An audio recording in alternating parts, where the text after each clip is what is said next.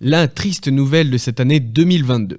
Nous avons appris au cours de l'après-midi du 8 septembre la mort de la reine Elisabeth II à l'âge de 96 ans. Après 15 premiers ministres et un record de longévité couronné battu, celle que beaucoup croyaient insubmersible succomba, après 70 ans passés à servir loyalement la couronne britannique. De nombreux événements ont jonché son règne, qu'ils soient heureux ou non, et nous allons les retracer aujourd'hui. Tout de suite, Elisabeth II, sur les traces d'une icône, le générique.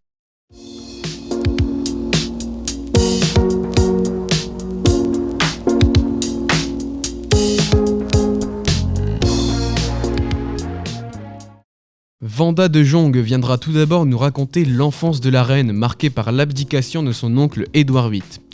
Faire face à la menace des batailles en tant que femme d'État, c'est ce que viendra nous raconter Robin Blauwart, retraçant l'aventure de la princesse Elisabeth. Léna Delplanque nous fera le récit du règne de cette femme pleine de ressources durant ses 70 années de bons et loyaux services. Après cela, je me chargerai d'expliquer le rôle du monarque en Grande-Bretagne et pourquoi il est si singulier.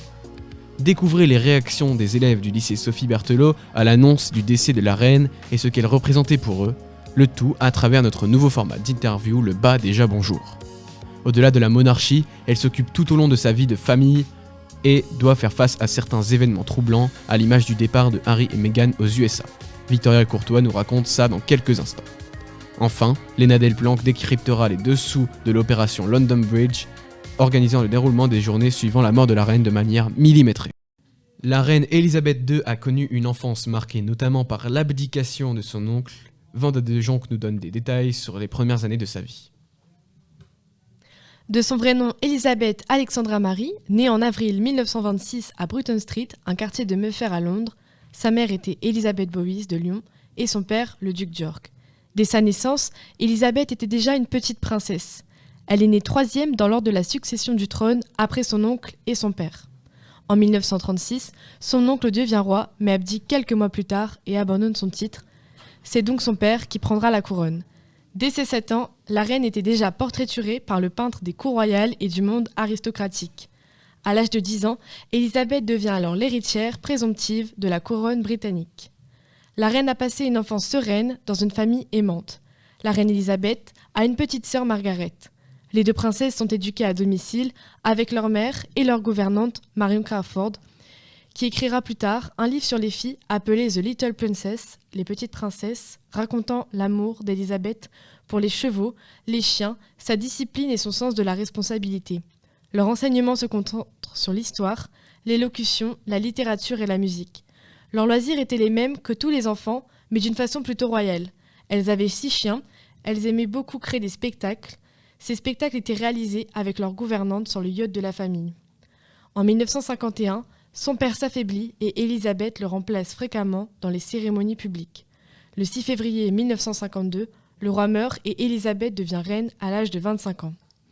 Merci beaucoup Vanda. Robin Blauwart, petit flashback dans l'histoire que Vanda vient de nous conter. Tu nous racontes aujourd'hui l'histoire de la Seconde Guerre mondiale vécue par la future Elisabeth II, n'étant alors qu'une enfant qui succéderait à la couronne. Robin, c'est à toi. Merci Victor. Alors, la Seconde Guerre mondiale, ça a été un événement certes tragique, mais surtout très important dans l'image de la famille royale, que ce soit pour Elisabeth II, à l'époque Lilibeth, ou pour ses parents. Quand la guerre a éclaté en 1939, George VI, roi d'Angleterre, a expressément ordonné que sa femme, Elizabeth Bowes-Lyon, et ses enfants soient évacués au Canada. Mais sa femme refuse et reste avec son mari et ses enfants en Angleterre. Elle dit, je cite, « Mes enfants n'iront nulle part sans moi, je n'irai nulle part sans mon mari, et mon mari reste ici. Nous n'abandonnerons pas notre nation. » Et c'est là que la famille royale devient une représentation de la détermination britannique. Les parents de notre défunte reine étaient donc de purs patriotes, mais ils n'en étaient pas pour autant complètement fous, car ils ont quand même pris la décision plutôt rationnelle de cacher leurs enfants au château de Windsor. Celle qu'on appelle Lilibeth n'a alors que 13 ans, lorsqu'elle décide de prendre ses responsabilités royales en prenant officiellement la parole pour la toute première fois à la radio. Écoutons. We know, every one of us, that in the end all will be well. For God will care for us and give us victory and peace. And when peace comes, remember, it will be for us the children of today, to make the world of tomorrow a better and happier place. Vous n'avez rien compris ? C'est pas grave, moi non plus. Mais grosso modo, son discours est très noble. Elle s'adresse à tous les jeunes d'Angleterre en leur rappelant qu'ils sont le futur de la nation et qu'ils seront ceux qui s'occuperont du pays après la guerre. À cet instant, Élisabeth, future reine d'Angleterre, se rapproche du peuple et se donne une image de princesse soucieuse et noble. Mais ce n'est pas tout, parce que notre princesse favorite n'en a pas terminé et est prête à tout pour aider son peuple. À 16 ans, son père l'a nommée colonel en chef des Grenadier Guards. C'est les messieurs avec des grands chapeaux noirs. 2 ans plus tard, en 1945, elle désobéit à son papa et s'engage dans les forces militaires pour être au plus près de la nation. C'est la toute première fois de l'histoire d'Angleterre qu'une femme de la famille royale rentre dans l'armée. À l'époque, c'est un truc de ouf. Mais lorsque les armées de l'Axe se mettent à bombarder tout près du château de Windsor, là, c'en est trop pour Élisabeth. Alors, elle entre dans une fureur noire et décide de faire quelque chose de terrible. Elle part faire du bénévolat dans l'Auxiliary Territorial Service. Elle n'aura jamais été autant sur le terrain. Là, elle apprendra à conduire des bus, réparer des moteurs, faire de la mécanique, etc., etc. C'était vraiment une princesse proche de son peuple, sachant que c'était assez compliqué de se donner cette image, puisque sa mère était du genre à venir voir les débris de bombardement en manteau fourrure multicolore. Enfin bref, la Seconde Guerre mondiale a été un moment terrible pour le peuple anglais, et ça, Élisabeth l'avait ressenti. Et comme une vraie princesse, elle a pris ses responsabilités royales en main et s'est forgé le statut de reine proche du peuple qui lui a valu tout l'amour que les Anglais lui ont porté tout au long de son règne. Merci beaucoup Robin. Ce règne de la reine aura duré 70 ans, ce qui fait qu'Élisabeth a connu de nombreux événements, bons ou mauvais, plus ou moins importants. Léna, c'est à toi. Saviez-vous que la reine Élisabeth n'était pas destinée à régner ? En effet, son oncle Édouard VIII est devenu roi, sauf que ce dernier étant marié à Wallis Simpson, roturière américaine, le gouvernement lui demande d'abdiquer. Après son renoncement au trône, le 11 décembre 1936, il est succédé par George VI, le père d'Élisabeth. Cette dernière est donc devenue deuxième dans l'ordre de succession. À la mort de son père le 6 juin 1952, Élisabeth, qui était en train de s'offrir une expérience unique d'observation à la vie sauvage, apprend la nouvelle au petit matin et devient donc reine à l'âge de 25 ans. On peut donc dire qu'elle s'est couchée princesse et réveillée reine. Elle sera couronnée le 2 juin 1952 à l'abbaye de Westminster. Le 9 septembre 2015, Élisabeth II a battu la longévité de sa trisaïeule, la reine Victoria, qui est restée à la tête du royaume pendant 63 ans, 7 mois et 2 jours. Élisabeth l'a largement dépassée. En effet, elle a régné pendant 70 ans, 7 mois et 2 jours. En revanche, elle n'a pas pu égaler Louis XIV, qui est resté sur le trône pendant 72 ans, 3 mois et 18 jours. En même temps, ce dernier est devenu roi à l'âge de 5 ans. Le 21 avril 2022, la doyenne mondiale des monarques fête ses 96 ans. Le deuxième anniversaire sans son mari, le prince Philippe, décédé le 9 avril 2021. Pour cette occasion, des tirs de canon ont été tirés depuis la Tour de Londres et Hyde Park, ainsi qu'une fanfare militaire qui a joué joyeux anniversaire. Toutefois, la reine a célébré son 96e anniversaire de manière très privée. Et pour finir sur les dates importantes durant le règne de la reine, nous pouvons évoquer son jubilé de platine pour fêter les 70 ans de son règne. Sur les 4 jours de jubilé, il y a eu des défilés militaires et aériens, le 2 mai. Pour le 3, la famille royale a eu le droit à une grande messe en la cathédrale Saint-Paul. Le 4, il y a eu une course hippique et un concert géant. Pour clôturer ce jubilé, une grande parade londonienne a été organisée, ainsi que de grands déjeuners. C'est-à-dire que des millions de personnes ont participé à des repas festifs en plein air, partout dans le pays. Merci beaucoup Léna. En Angleterre, le monarque est très important. Il est omniprésent au sein des discussions internationales et dans le cœur de sa population, mais n'occupe pourtant qu'un rôle de figuration qui est entièrement symbolique. Le monarque anglais ne dirige pas, il nomme le Premier ministre qui sera chargé de cette mission après que ce dernier ait remporté les élections. Son rôle est essentiellement de présider de nombreuses cérémonies officielles sans pour autant donner son avis politique. Il est très important que le monarque reste impartial, ne montrant une appartenance à aucun parti. Le nouveau roi Charles III a par le passé pu exprimer ses idées, notamment en termes d'écologie, dont il est un fervent défenseur, mais il devra désormais s'abstenir de tout commentaire. Le portrait présent sur les billets, pièces de monnaie et timbres est aussi celui du souverain, faisant de ce dernier un symbole du pouvoir et de la monarchie anglaise. L'hymne national qui symbolise l'unité du pays parle elle aussi du monarque. Nous entendrons désormais God Save the King retentir durant des cérémonies officielles ou des compétitions sportives. Mais ce rôle ne s'arrête pas là. Il fait office d'ambassadeur. Il est aussi roi d'Australie, de Jamaïque et de 14 autres pays dont l'histoire est reliée au Royaume-Uni, souvent appelé Commonwealth. Finalement, le monarque anglais n'est là uniquement pour perpétuer les traditions du pays, tout en conservant le symbole de puissance de la monarchie britannique à l'international. Vous allez découvrir maintenant les réactions des élèves du lycée Sophie Berthelot, comprendre ce que la reine Elisabeth II représentait à leurs yeux. Tout de suite, le bas déjà bonjour. Merci Victor. Ici Robin Bloire, accompagné d'Anthony Fontaine à la technique pour les bas déjà bonjour. Aujourd'hui, on va à la rencontre des lycéens de Sophie Berthelot pour leur poser des questions sur la mort de la reine. C'est parti! Oh yeah, let's go. Let's go to the micro-couloir. Pas déjà bonjour. Pas déjà bonjour. Pas déjà bonjour. Quand on est poli, on dit bonjour. On dit bonjour. Bonjour. Bah déjà bonjour. Bonjour. Bonjour à mon cher Robin. Comment tu as appris la mort de la reine? Sur quel support exactement? Bien évidemment, alors je suis rentrée à 19h chez moi et c'était en grand sur ma télé. Moi j'ai vu sur Twitter tous les comptes d'actu, etc. J'ai vu la reine est décédée en ce jour. Ok. Alors moi j'ai vu sur Instagram et puis après la télé j'ai vu aux informations. Je l'ai appris grâce à un tweet de la famille royale sur Twitter. Ok. Et est-ce que toi ou quelqu'un de ta famille a été personnellement touché par la mort de la reine ou attristé Particulièrement touché, j'irai pas jusque là, mais oui, certes, ça fait quelque chose, quoi. Enfin, ça reste quand même le plus grand règne, c'est quoi. Enfin, oui, c'est historique, quoi. Oui, moi personnellement c'est à peu près pareil, mais on a tout de suite pensé que c'était important, que c'était un tournant, un peu une page qui se tourne. Ma mère spécialement. Ma famille, pas vraiment, ils s'en fichaient un peu parce qu'ils se disent c'est un autre dirigeant. Moi, ça m'a fait quelque chose parce qu'en fait, tu te rends compte que tu grandis et que tu as des grandes figures de ton histoire qui s'éteignent comme ça et tu te dis, je suis à un tournant de l'histoire.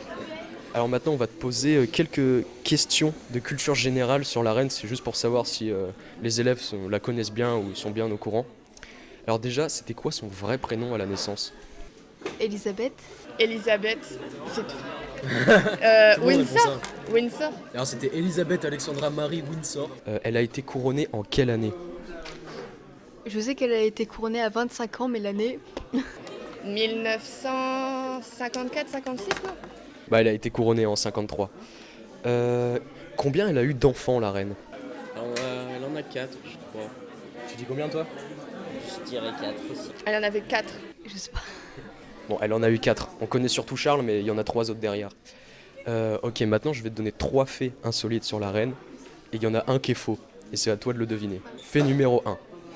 La reine n'a jamais été à l'école. Fait numéro 2. La reine possédait une Wii en or, une console Wii recouverte d'or qui valait 300 000 €, confectionnée spécialement par Nintendo. Et fait numéro 3. Elle a régné plus longtemps que Louis XIV. Elle jamais allée à l'école, c'est faux, je crois. Ça c'est faux, c'est Louis XIV qui a régné plus longtemps. Pour moi, c'est le fait numéro 1 qui est faux. Pour moi, c'est le fait numéro 3. Bon, finalement, on constate assez facilement qu'il y a certaines informations qui sont pas très connues de la reine. Des informations comme son nombre d'enfants exact, elle en a 4, la plupart ne savent pas. La plupart pensent qu'elle a été à l'école. C'est assez intéressant de constater ce phénomène. Mais comme avis à Sophie, on aime bien lier les différentes générations. Nous allons sûrement essayer d'interviewer une prof d'anglais ou un prof d'histoire pour savoir si elle aura des meilleures informations que la plupart des élèves que nous avons interviewés. Bon, on n'a pas eu de prof. Pas déjà bonjour. Pas déjà bonjour. Pas déjà bonjour. Quand on est poli, on dit bonjour. Les événements récents tels que l'éloignement d'Harry et Meghan de la famille royale ont su chambouler l'ordre royal britannique. Victoria nous parle tout de suite de la vie au sein de la famille royale. Actuellement, au nombre de 33, la famille royale britannique est, elle, encore en vie. Du plus âgé, Charles, à la plus jeune, Lilibeth. Le nouveau roi, Charles III, aura donc dû patienter de nombreuses années avant d'accéder au plus haut rang de la hiérarchie britannique. Le royaume connaît donc un nouveau prince de Galles en la personne de William. Sa femme, Kate, est la première princesse de Galles depuis Lady Diana. Une question se pose, comment conserver une cohésion familiale après la mort de la médiatrice principale que représentait Élisabeth ? Le prince et sa détestation de la presse due à l'ultra-médiatisation de la mort de sa mère rendent cette question assez complexe, mais il sait néanmoins que son devoir futur est de préserver la monarchie britannique et son image à travers le monde. Son frère cadet, Harry, a quant à lui l'image d'un rebelle. Accompagné de sa femme Meghan Markle, il semble ne pas trouver sa place dans une famille royale aux allures de firme. Leur décision de s'éloigner de leur obligation envers la couronne en partant aux États-Unis marque, selon Philippe Turle, journaliste France 24, un tournant dans l'histoire de la monarchie britannique. La porte de sortie pour d'autres membres de cette famille est désormais considérée comme ouverte, inscrivant l'événement dans une volonté de modernisation, un début de changement. Malgré cela, on a aperçu Harry et son frère William ensemble lors des funérailles nationales de la monarque, qui pourrait symboliser une réconciliation. L'opinion publique reste tout de même très vigilante car cette image de frères soudés pourrait être forcée compte tenu des circonstances. La mort de la reine était déjà prévue depuis les années 1960. L'opération London Bridge a été activée le 8 septembre dernier. Léna nous en dit plus. London Bridge is down. C'est par cette phrase que le chef du gouvernement a été informé par le secrétaire privé de la reine de la mort de cette dernière. S'ensuit ensuite l'annonce à tous les États dont la couronne lui reine et une première annonce officielle. Le ministère de la Défense a ensuite organisé un salut des armées. Les drapeaux de Whitehall devraient être mis en berne dans les 10 minutes et une minute de silence national sera prononcée. Après le jour J, l'enterrement a lieu 10 jours après. En attendant ce jour, le cercueil de la reine sera transporté le 3e jour après son décès à Buckingham Palace, avant d'être emmené le 6e jour à Westminster, où aura lieu une messe et où il sera visible 24 heures sur 24 par jour pour permettre le recueillement. Après le dernier souffle de la reine, le prince devient immédiatement roi. Le lendemain de son décès, il devra ensuite faire une tournée dans le pays dès le 3e jour et devra passer par l'Écosse, le Pays de Galles et l'Irlande du Nord. Avant cela, il aura dû prendre la parole à la télévision pour un discours à la nation. Des écrans géants vont être installés dans les principales villes du royaume pour transmettre les cérémonies prévues dans la capitale dans les jours à venir.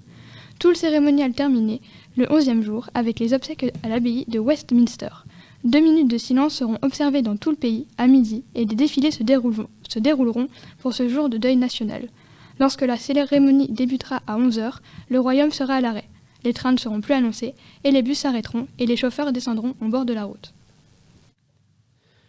Vous venez d'écouter Elisabeth II sur les traces d'une icône. Merci aux différents chroniqueurs en la personne de Vanda de Jong, Robin Blauard, Léna Delplanque, Victoria Courtois et moi-même. Merci au technicien Anthony Fontaine. Merci à l'administration du lycée de nous permettre de réaliser ce genre de projet. Merci de nous avoir écoutés sur Via Sophie Radio et n'hésitez pas à revenir la prochaine fois, ce serait gentil.